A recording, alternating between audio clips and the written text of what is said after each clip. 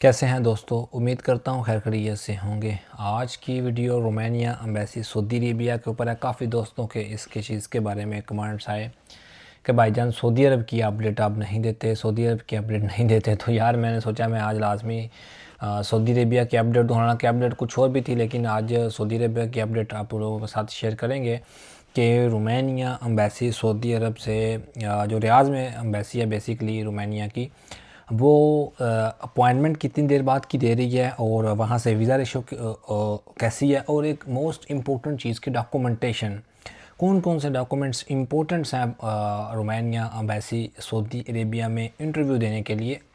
ठीक है, कुछ रिसेंटली हमने फ़ाइल्स भी सबमिशन करवाई हुई हैं सऊदी अरेबिया में दिसंबर में, तो उनकी भी जो भी अपडेट्स आएगी वो भी आप लोगों के साथ शेयर करेंगे। ओवरऑल वहाँ से अपॉइंटमेंट की क्या सूरत हाल रहती है मोस्टली, क्योंकि सारा साल कुछ ना कुछ फ़ाइल सऊदी अरब से होती हैं। हालांकि सऊदी अरब से कोई इतना ख़ास नहीं होता, वीज़ा इशू की वजह है वो।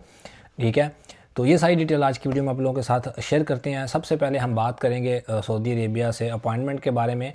दोस्तों, सऊदी अरब से जो अपॉइंटमेंट्स है वो डिपेंड ऑन एम्बेसी है। सऊदी अरब की जो एम्बेसी, रियाद की एम्बेसी जो है ना, जो वो थोड़ा सा अनप्रडिक्टेबल बिहेव है उसका। मतलब उनका कोई पता नहीं वो किस टाइम कैसे करें। सम टाइम तो ऐसा होता है कि एक वीक के अंदर अंदर रिस्पांस करके 10 से 15 दिन बाद, महीने बाद की आपको अपॉइंटमेंट मिल जाती है। और सम टाइम ऐसा भी हुआ है लड़कों के साथ। ये तकरीबन 2025 में काफ़ी केसेस ऐसे, हमारे अपने कुछ केसेस ऐसे थे जिसमें उन्होंने आज अपॉइंटमेंट की ईमेल किया और एक दिन छोड़ के नेक्स्ट उन लड़कों की अपॉइंटमेंट थी। ऐसा भी हुआ था। कुछ बंदे बेचारे उसमें पाकिस्तान गए हुए थे, उनकी अपॉइंटमेंट्स फिर वो कैंसिल हो गई। मतलब वो ज़ाया हो गई ना, कैंसिल का तो कोई ऑप्शन नहीं होता। जब वो वापस पाकिस्तान से आए, दोबारा फिर अपॉइंटमेंट अप्लाई की, तो खैर वो दोबारा उन्होंने अपॉइंटमेंट दे दी 15 दिन बाद कि फिर उस बंदे का इंटरव्यू हो गया। तो ये है कि ऐसा भी अनप्रडिक्टेबल, और सम टाइम ऐसे भी केसेस सऊदी अरब से देखने में आए हैं कि अपॉइंटमेंट अप्लाई किया और 3-3 महीने रिस्पांस ही नहीं आया, 4-4 महीने रिस्पांस नहीं लड़कों को आया। उसके बाद जाकर उन्होंने रिस्पांस किया जब उनसे कोई अपील की गई है, या वैसे ही उन्होंने खुद भी उसका रिस्पांस कर दिया है। तो ये है। लेकिन मोस्टली जो अपॉइंटमेंट सऊदी अरब से दोस्तों मिल जाती है वो तकरीबन आलमोस्ट एक महीने 1.5 महीने बाद की लड़कों को अपॉइंटमेंट मिल जाती है। दिसंबर में काफ़ी लड़कों को अपॉइंटमेंट्स मिली हैं सऊदी अरब से। ठीक है, उन्होंने उससे पीछे अप्लाई किया था, लेकिन जो हमने तो चूँकि दिसंबर के लास्ट में फ़ाइल सबमिशन की थी रोमानिया एम्बेसी सऊदी अरेबिया में, तो अभी तक उसका हायर रिस्पांस नहीं आया। तो अपॉइंटमेंट का जो लोग सऊदी अरब से ही अप्लाई करना चाह रहे हैं, तो उनको अपॉइंटमेंट के लिए इतना परेशान नहीं होना चाहिए, उनकी अपॉइंटमेंट जल्दी मिल जाएगी। अपॉइंटमेंट के लिए कौन कौन से डॉक्यूमेंट्स हैं वो आगे जाके बताऊंगा। मोस्ट इंपॉर्टेंट है, उसके बगैर वो अपॉइंटमेंट भी नहीं देते। अब वीज़ा रेशो के ऊपर आते हैं कि रोमानिया एम्बेसी जो सऊदी अरेबिया रियाद में मौजूद है उसकी वीज़ा रेशो कैसी है। दोस्तों, वहाँ से वीज़ा रेशो अच्छी नहीं है, बहुत बुरी वीज़ा रेशो है, इसलिए मैं उसके ऊपर ज़्यादा फिर वीडियोस भी नहीं बनाता। ठीक है, मैं किसी को डरा नहीं रहा, मैं हकीकत और रियलिटी बेस इंफॉर्मेशन आप लोगों के साथ, बल्कि एक्सपीरियंस बेस इंफॉर्मेशन आप लोगों के साथ शेयर कर रहा हूँ। मुझे तकरीबन 4 साल हो गए हैं इस सारे मामलात में, फ़ाइल्स और प्रिपरेशन सारे मामलात। हर वर्क परमिट का तो मैं काम नहीं करता, लेकिन जो फ़ाइल प्रिपरेशन अपॉइंटमेंट्स का है, और तकरीबन यूट्यूब के ऊपर इंफॉर्मेशन शेयर करना, व्हाट्सएप ग्रुप्स हैं, फिर उसके बाद टिकटॉक आ गई। तो इस सारी चीज़ों में जो मैंने देखा है Saudi Arabia Romania embassy Saudi Arabia का जो बिहेवियर है वो इतना अच्छा नहीं है।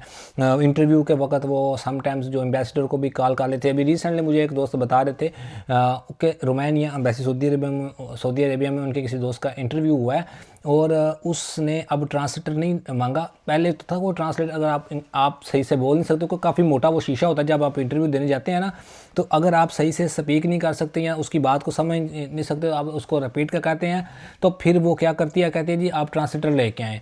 ट्रांसलेटर का भी 500 रियाल खर्चा है। कुछ लड़कों के साथ ऐसा भी दोस्तों केसेज तकरीबन ऑलमोस्ट 4-5 महीने पहले हुए थे। लेकिन अभी ये आई थिंक नवंबर दिसंबर की अपडेट मुझे मिली, एक दोस्त के मतलब वहाँ से इंटरव्यू हुआ, तो उन्होंने मुझे डिटेल बताई कि भाईजान वो जो एम्बेसडर है वो अरबी में भी इंटरव्यू कर लेती है। ठीक है, अगर आप अरबी में देना चाहें तो। लेकिन वो एक फ़र्स्ट केस ही था जो मेरे इलम में आया कि अरबी में, लेकिन मोस्टली लोगों से इंग्लिश में उसने इंटरव्यू लिया। तो वहाँ से उसका बिहेवियर इतना अच्छा नहीं है, और वीज़ा रेशो भी वहाँ से कोई इतनी ख़ास नहीं है। बहुत बहुत कम वीज़ाज़ मैंने देखे हैं जो सऊदी अरेबिया से लगे हों, रोमानिया के खास करके। ठीक है, मोस्टली वीज़ा रिजेक्ट होते हैं। सिर्फ पाकिस्तानी नहीं, बंगाली कोई भी नेशनलिटी का वहाँ पे अप्लाई करता है तो उनको वो रिजेक्शन ठोकते हैं। ठीक है, एक दो ये चीज़ आ गई कि सऊदी अरेबिया से वीज़ा रेशो कैसी है। अब नेक्स्ट बात करते हैं अपॉइंटमेंट और डॉक्यूमेंट्स के ऊपर। मतलब अपॉइंटमेंट के लिए कौन कौन से डॉक्यूमेंट्स हमें सऊदी अरेबिया से चाहिए होते हैं। दोस्तों अपॉइंटमेंट्स में बाकी तो नॉर्मल डॉक्यूमेंट्स सब लोगों को पता ही है, वो तो होते ही होते हैं। जो एक्स्ट्रा डॉक्यूमेंट्स, बेसिक डॉक्यूमेंट्स हैं, ये मेरी वीडियो एजेंटों को भी इसका फ़ायदा हो जाएगा जिनको डॉक्यूमेंट्स का नहीं पता और वो सऊदीया से लड़कों को प्रोसेस करवाना चाह रहे हैं, ठीक है। तो उसमें दोस्तों ये है कि आपको इलेक्ट्रॉनिक एग्जिट री एंट्री का एक पेपर चाहिए होता है, ठीक है। जो छुट्टी का पेपर नॉर्मली आप उसको आसान अल्फाज में कह सकते हैं, और वो जितनी ज़्यादा होगी उतना आपके लिए वो बेस्ट होगा, ठीक है। उसके अलावा जो आपका इकामा और फिर आपका पुलिस क्लियरेंस सर्टिफिकेट जो सऊदी अरेबिया से बनता है ना, ठीक है, उसको आपने अपोस्टाइल करवाना होता है।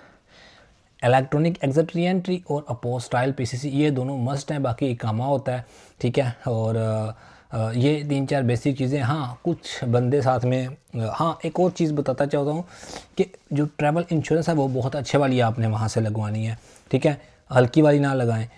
उसके अलावा पोलियो वैक्सीनेशन भी वहाँ सऊदी अरेबिया से ही बन जाता है, वो आप वहाँ से बनवा के लगवा सकते हैं, ठीक है। और उसके अलावा कुछ दोस्त डमी टिकट लगाते हैं, एनओसी लगाते हैं, बैंक स्टेटमेंट लगाते हैं, ये सारी चीज़ें एक्स्ट्रा ऑर्डनरी हैं। और ना भी लगाएं तो भी आपको अपॉइंटमेंट मिलेगी, और उसने वीज़ा देना हुआ तो फिर इन चीज़ों के बगैर भी वो आपको वीज़ा दे सकती है। या आपको विजिट वीज़ा आप अप्लाई नहीं कर रहे, आप प्रॉपर एक वर्क वीज़ा कर रहे हैं, ठीक है। लेकिन जो है ये खुद को सेटिस्फेक्शन के लिए ये चीज़ें आप लोग, लेकिन जो स्टार्टिंग में मैंने आपको चीज़ें बताई हैं ये मोस्ट इंपॉर्टेंट चीज़ें हैं, जिनमें आपका इलेक्ट्रॉनिक एग्जिट री एंट्री या एक इजाज़तनामा होता है कफ़ील की तरफ से, ठीक है, और आपको छुट्टी मिलती है। और क्योंकि 90 डेज़ का स्टिकर लगता है तो मेरा ख्याल है कम से कम वो 4 से 5 महीने का आपकी छुट्टी हो तो फिर आपके लिए वो बेस्ट होता है, क्योंकि फिर अपॉइंटमेंट और फिर सारे डिसीजन इसमें आते हैं। उसके बाद फिर पीसीसी, अपोस्टाइल और इकामा, बाकी सब डॉक्यूमेंट्स वहाँ से नॉर्मल ही होते हैं। तो ये दोस्तों ओवरऑल सऊदी अरेबिया की अपडेट थी, जिसमें मैंने सारी चीज़ें तफसीलन आप लोगों के साथ शेयर कर दी हैं। इसके अलावा मज़ीद किसी चीज़ के रिलेटेड आपको सऊदी अरेबिया से इंफॉर्मेशन रिक्वायर्ड हो तो आप कमेंट्स कर दें या टिकटॉक पे मुझे मैसेज कर दें, मैं उसका कोशिश करूँगा सुन आप लोगों को रिस्पांस करूँ। काफ़ी दोस्तों के मैसेजेस पेंडिंग होते हैं, मैं रिस्पांस लेट से करता हूँ। दोस्तों बात ये है कि काफ़ी ज़्यादा मैसेजेस आए होते हैं, तो मैं कोशिश होती है कि मैं तसल्ली के साथ जब फ्री हूँ तो फिर मैं सब उनको जो मैसेज करें उनको उस चीज़ का प्रॉपर रिस्पांस करूँ। होप सो वीडियो हेल्पफुल होगी। मिलते हैं नेक्स्ट वीडियो में, तब तक के लिए अल्लाह हाफ़िज़, अपना ख्याल रखिएगा।